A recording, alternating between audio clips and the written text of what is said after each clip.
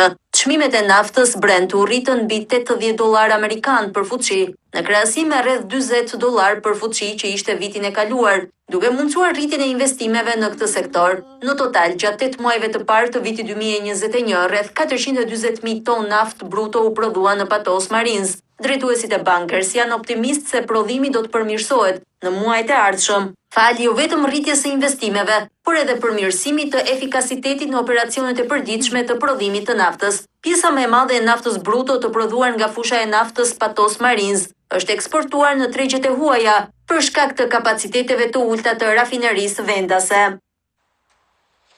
Ishin këto materialet e përgatitura për këtë edicion të parë informativ. Ne bashkë ritakohemi në edicionin orës 12 në kovionit të qëndroni me Aldo Morning Show.